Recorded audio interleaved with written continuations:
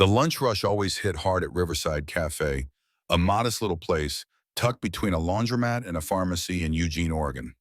By 11 o'clock, the cozy hum of clinking mugs and printer chimes swelled into a storm of orders, footsteps and the occasional cry of a toddler under booth 3. It wasn't glamorous, but for Tasha Melrose, 29, it was steady work. Double shifts, soaked sneakers, and a damp apron were all part of the rhythm she knew by heart.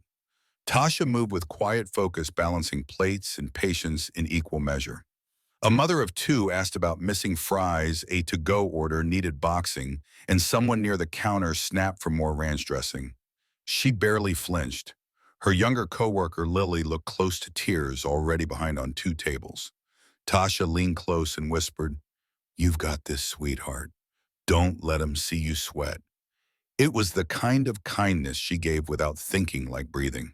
Behind the counter, the manager, Clayton Renshaw, watched everything with arms folded tight and a jaw that rarely relaxed. His hair was slicked back like a game show host from another era, but nothing about him was charming. He didn't need to yell. His words carried a slow cutting edge that told every employee exactly where they stood. Replaceable, temporary, a paycheck if they played by his rules. Melrose, he called out over the fry station's Hiss Table 12. "Still doesn't have their check. I sent it 10 minutes ago," she replied calmly, eyes never leaving her tray. "Then walk it over yourself. Don't just send things." Tasha bit back a sigh. She knew better than to argue. That's when she saw him, an older man thin as a reed standing just inside the doorway. His clothes were soaked at the shoulders, his boots mismatched, one untied. His white hair clung to his forehead, and his eyes seemed to drift between this world and another. Around his neck, barely visible beneath his coat, a dog tag caught the light. On his jacket, a faded military patch. He didn't ask for anything. He just stood there, quietly lost. Tasha stepped toward him, soft-voiced. "Sir, are you okay?" He blinked slowly. I was supposed to meet someone here." "You hungry?" she asked gently. He nodded, a fragile smile forming.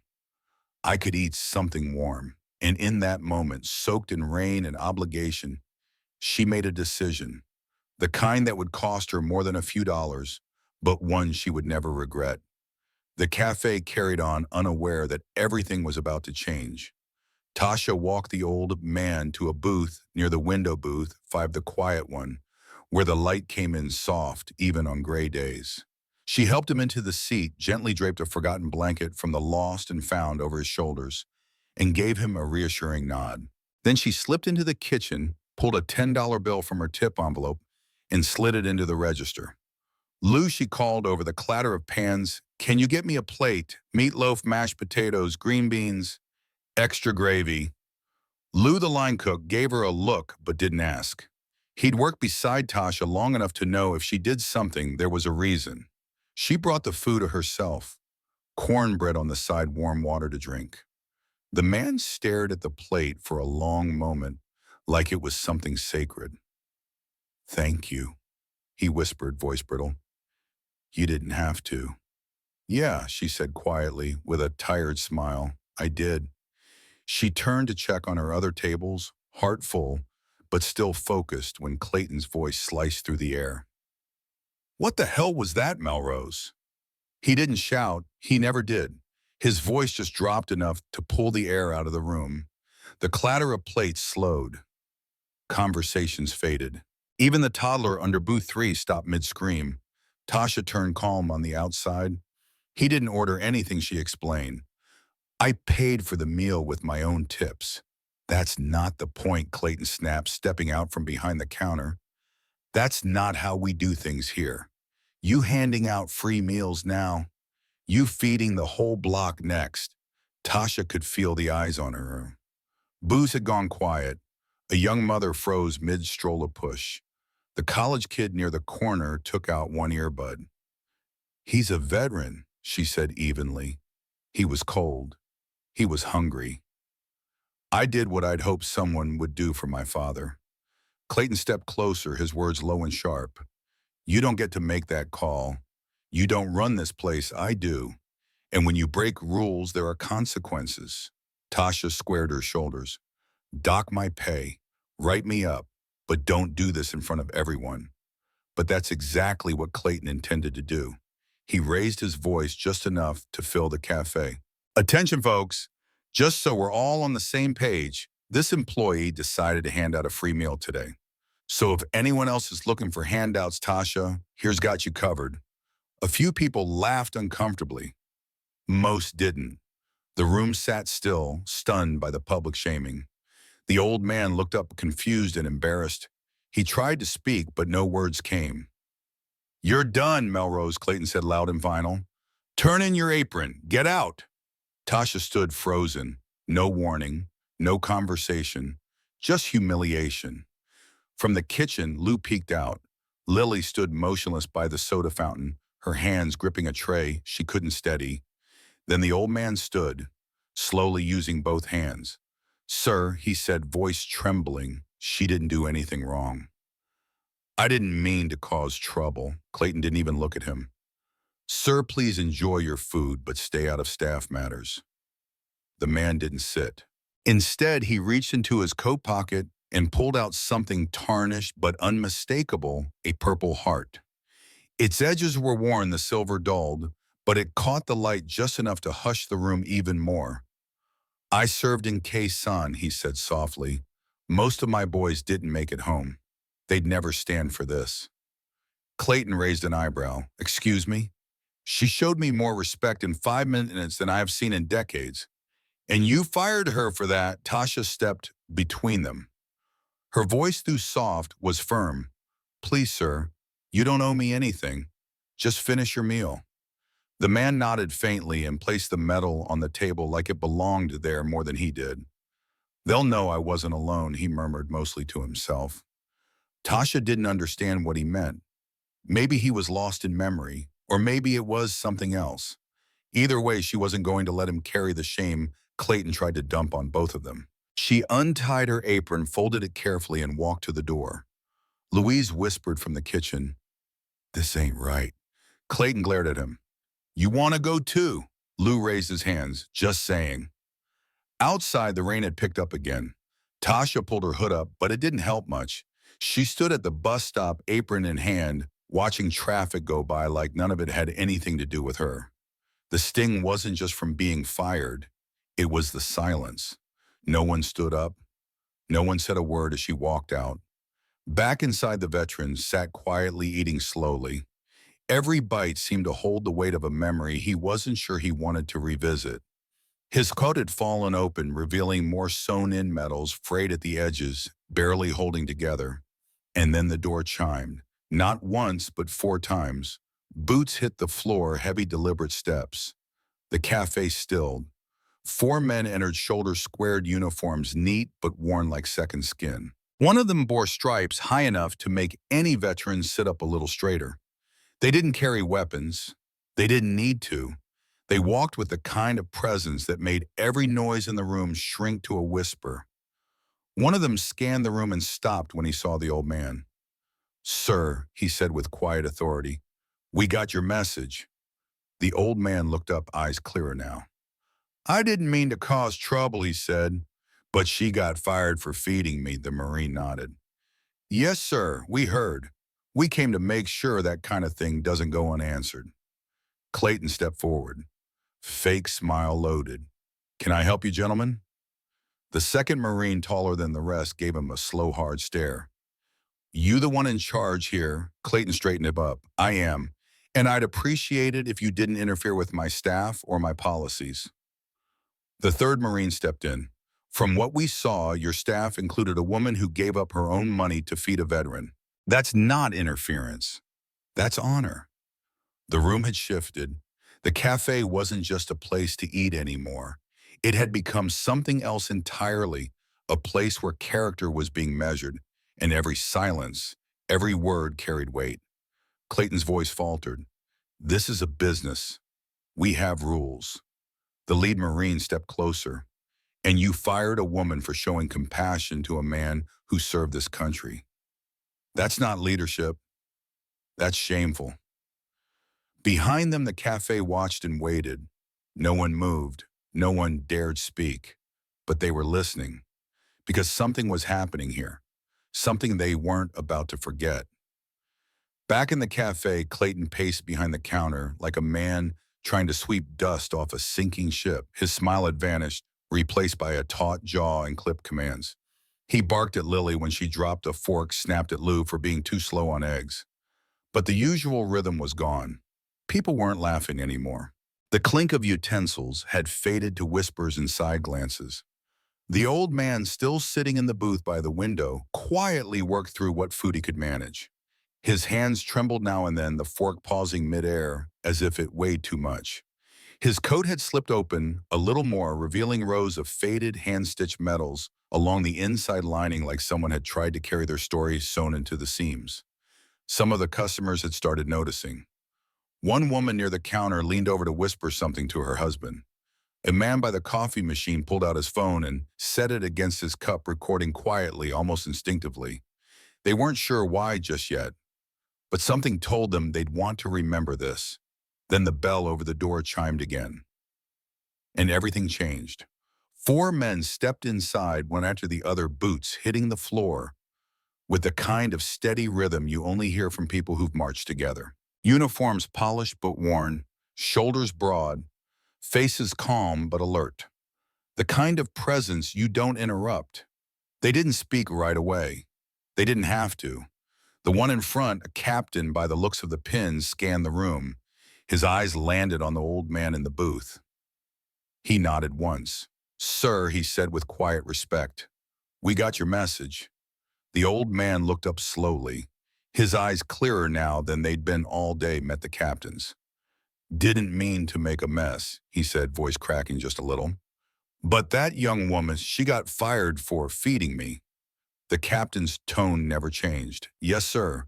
We know. That's why we're here." Clayton stepped out from behind the counter, smoothing his shirt like he was preparing for a job interview. His voice shifted into something artificial. "Can I help you, gentlemen?" One of the Marines, tall, lean stone face, stepped forward.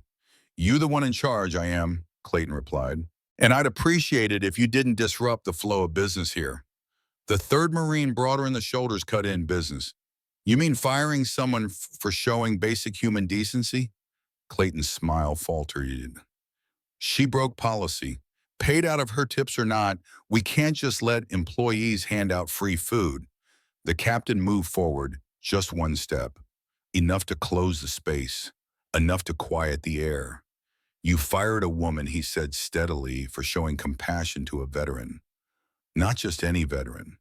A man who's worn more sacrifice than you'll ever understand. You didn't just let her go, you made a scene. You humiliated her." Clayton opened his mouth to answer, but someone else spoke first. A customer at the corner table cleared his throat. "She's been working here for years, always remembers my order. How I take my coffee. First name, too." A teenager in a hoodie near the window added, "She's the reason I come here. Food's okay. She's better." And then Lily. Quiet, shaking Lily stepped out from behind the drink station.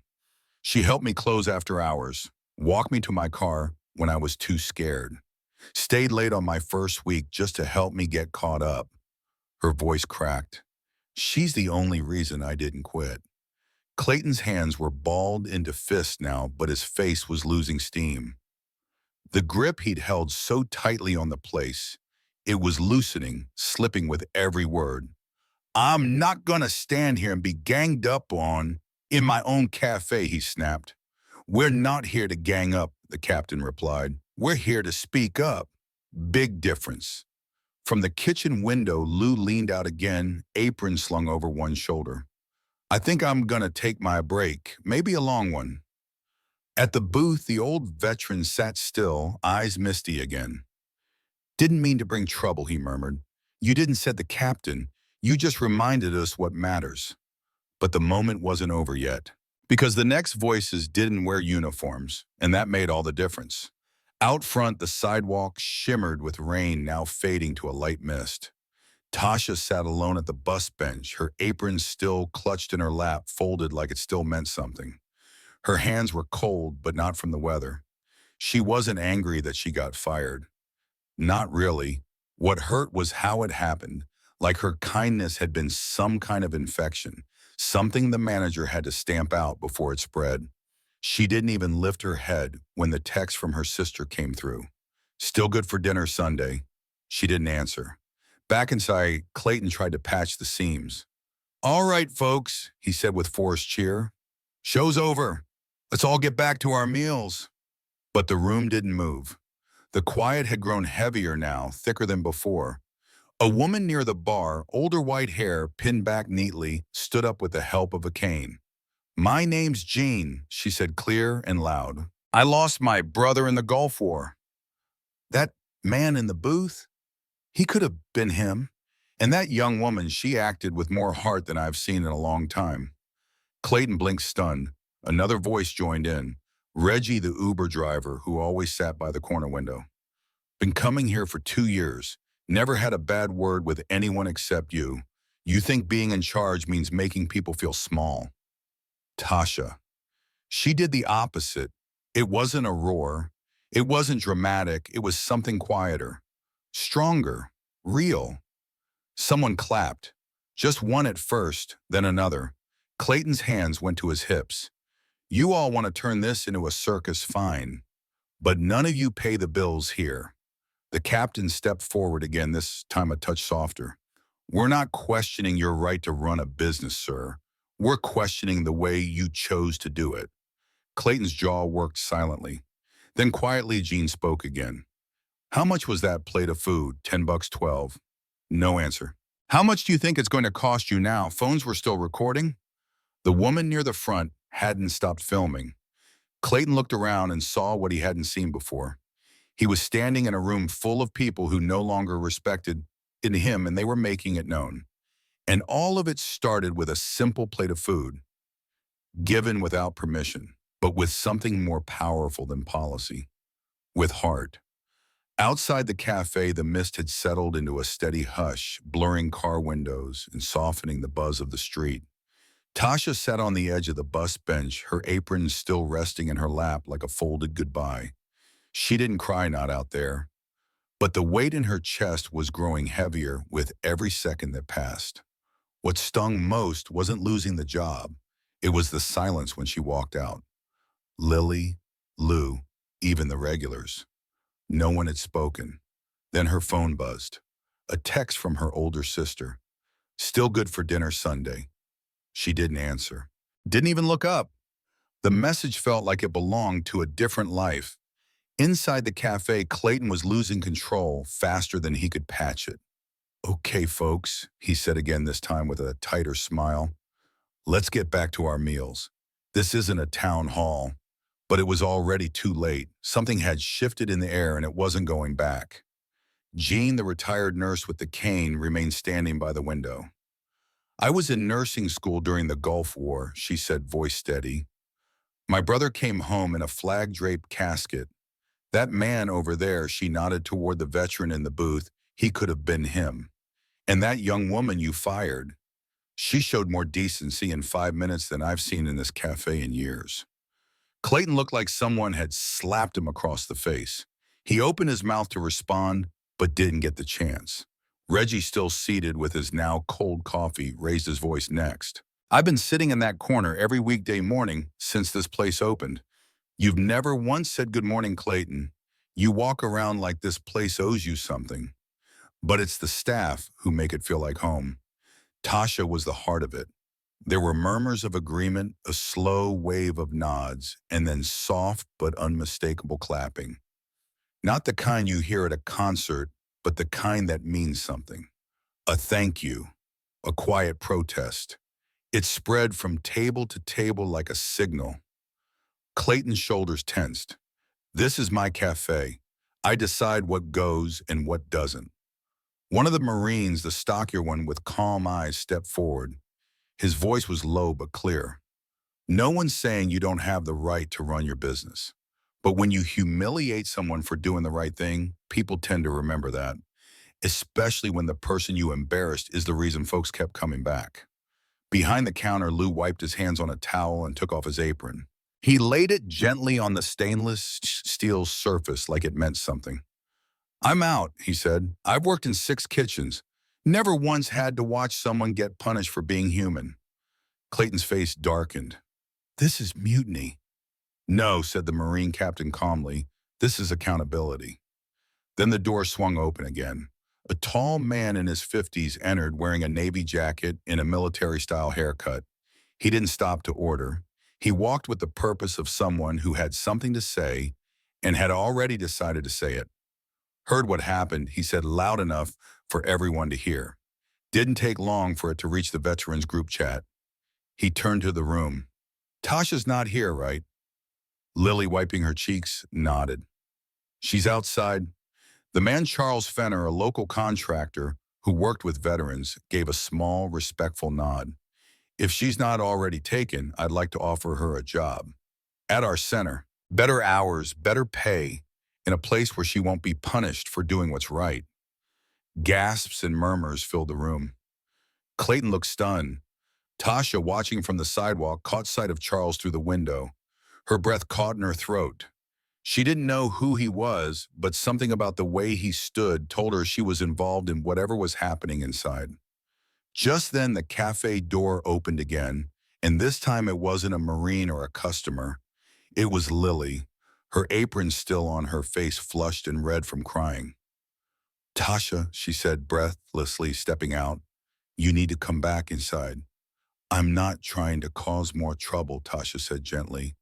I just wanted to do the right thing. That's all. You did, Lily said. You did the only thing that made any of this make sense. She took Tasha's wrist, not hard, just enough to lead her. Inside, the room quieted again as Tasha stepped through the door. Someone clapped, then another. It wasn't loud or theatrical. It was respectful, like a salute. Clayton's voice cracked when he spoke. I thought I made it clear you no longer work here. Tasha stood straight. I'm not here for the job, she said. I'm here because a man who served this country deserved a warm meal, and because I'm tired of acting like kindness needs permission. Sergeant Cole turned to her, his tone full of respect. Miss Melrose, we're sorry you were treated this way. It shouldn't have gone down like that. Tasha gave a small nod. Thank you. The Marine with the scar, the one who hadn't spoken much until now, stepped forward. You all watched it happen, he said, addressing the cafe. Some of you filmed it, some just sat in silence. But someone needs to say it out loud. You don't punish people for being decent. Clayton laughed bitterly. She didn't cure cancer. She handed out a plate of meatloaf. The captain answered firm and steady. She handed out dignity. That counts in our book. A woman near the front, Cheryl, who ran the hair salon 2 doors down, spoke up next. I've seen how you treat your staff, Clayton. The passive-aggressive notes, the threats to cut hours. You didn't fire her because she gave away a plate. You fired her because she reminded everyone that you don't care. More voices joined in. Reggie again. Lou from the kitchen. Even Omar, the shy dishwasher, barely old enough to vote, leaned against the wall and quietly said, She's the only one who ever asked if I needed a ride home. And then the silence that followed was louder than anything anyone had said. Clayton had built the cafe with his hands, yes, but it was the people like Tasha who'd given it a soul. And now the soul was walking out the door, or maybe finally it was walking back in. By the time the lunch crowd thinned, the Riverside Cafe didn't feel like the same place. What was once a corner joint known for waffles and decent coffee had in a matter of hours turned into something else, a gathering point, a courtroom, a crossroads of conscience. Tasha stood near the counter, unsure whether she belonged inside or outside, still clutching the apron she hadn't worn in hours. The room had quieted again, but it wasn't peace. It was a pause, like the whole cafe was holding its breath. Then Omar, the soft-spoken dishwasher, stepped forward. He wiped his hands on his jeans and looked straight at Clayton. I was in the back when she gave him that meal. He said, voice quiet but firm. I saw her put $10 in the register. I heard her tell Lou to ring it in. She didn't sneak anything. Clayton rolled his eyes, but Omar wasn't finished. And you know what else, he continued. She's the only one here who ever asks if I need a ride home. I live 2 buses and a long walk away. No one else ever knew that, but she did. The cafe was still not out of discomfort anymore, but reverence. I don't know if I'm quitting, Omar said, lowering his gaze, but I know I'm not scared of you anymore. Across the room, a man with a salt and pepper beard and trucker's hands, Lenny Duval, stood, reached for his wallet, and placed a $20 bill on the counter. For the veterans meal, he said, and for the waitress who should still be here. Then he tipped his cap and walked out. That act broke the silence. One by one, others stood, regulars, strangers, even a tourist couple who hadn't followed everything, but could feel the weight of it.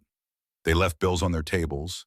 Some nodded to Tasha as they passed, like she'd done something deeply right without needing to explain it. Clayton stood behind the counter, jaw clenched, voice low and angry. This is ridiculous. Lily stepped up beside Tasha, chin trembling, but eyes clear. No. This is what happens when people stop being afraid of you.